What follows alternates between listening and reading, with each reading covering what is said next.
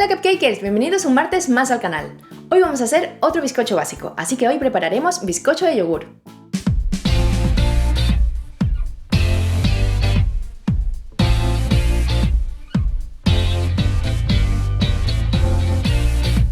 Seguro que muchos de vosotros ya sabéis este bizcocho porque es todo un clásico. Es el típico que hacen las abuelas, luego pasa a las madres y al final llega a nuestras manos. La receta que yo conozco como tradicional se hace con 2 medidas de azúcar, pero para mi gusto queda algo dulce. Por eso veréis que le rebajo un poco el azúcar de la receta, pero como os decía, eso es algo personal.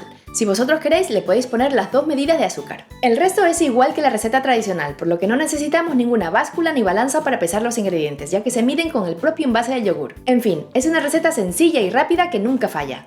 Así que si quieres saber cómo se hace, pues quédate a ver el vídeo porque la receta empieza ya.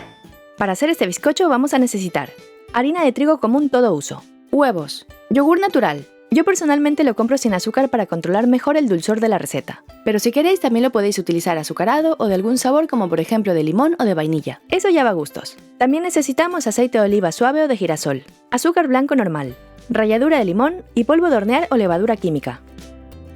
Antes de empezar os cuento que esta receta normalmente se hace midiendo con el propio envase del yogur. Por eso en la cajita de información también os dejaré la conversión a estas medidas para que si queréis no tengáis que utilizar la báscula o balanza. Dicho esto, empezamos agregando el azúcar a los huevos y lo batimos a velocidad alta durante unos 5 o 6 minutos para que espumen y blanqueen. Si queréis también lo podéis hacer a mano, aunque de esta manera puede que tardéis un poquito más, pero se puede hacer. Lo importante es que no nos saltemos este paso, ya que el espumado de los huevos nos resulta de gran ayuda para conseguir un bizcocho muy esponjosito. Y otra cosa que también es importante es que todos los ingredientes del bizcocho estén a temperatura ambiente para que se mezclen mejor. Pasado este tiempo añadimos el aceite de oliva suave o de girasol, el yogur natural sin azúcar y la ralladura de limón. La ralladura de limón sirve para aromatizar y dar sabor al bizcocho. Si queréis la podéis omitir o sustituir por ralladura de naranja, canela en polvo o alguna esencia o extracto como por ejemplo de vainilla. Cuando veamos que está todo bien mezclado, sobre un colador añadimos la harina de trigo todo uso junto al polvo de hornear o levadura química. Y con unos golpecitos lo tamizamos todo para que no se creen grumos en la masa. Ahora removemos un poquito la mezcla con la batidora apagada para que la harina no salga volando. Y después batimos a la velocidad más bajita que nos permite la batidora.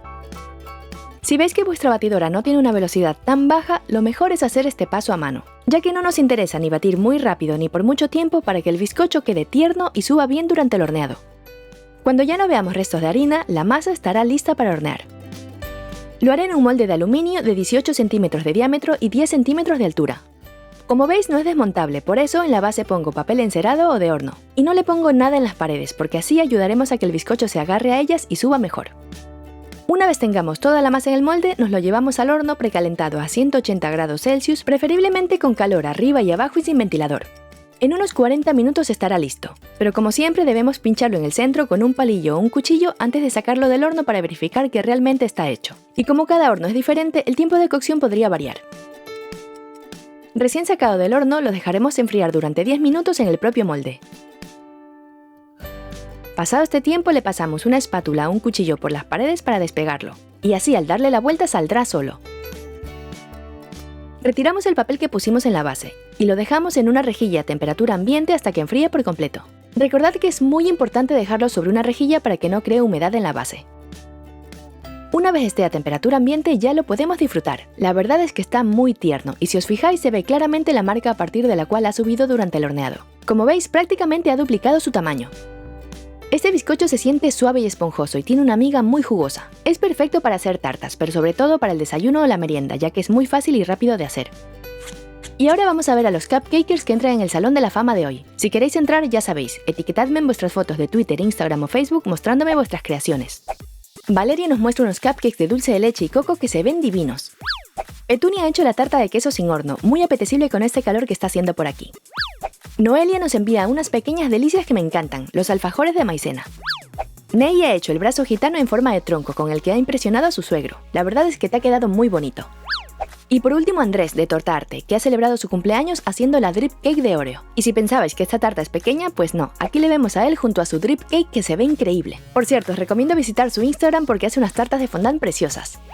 Muchísimas gracias a todos por hacer mis recetas y que sepáis que ya estáis en mi Salón de la Fama. No olvidéis suscribiros al canal y darle un super like a este vídeo. Nos vemos el viernes con una nueva receta. ¡Hasta pronto, cupcakers!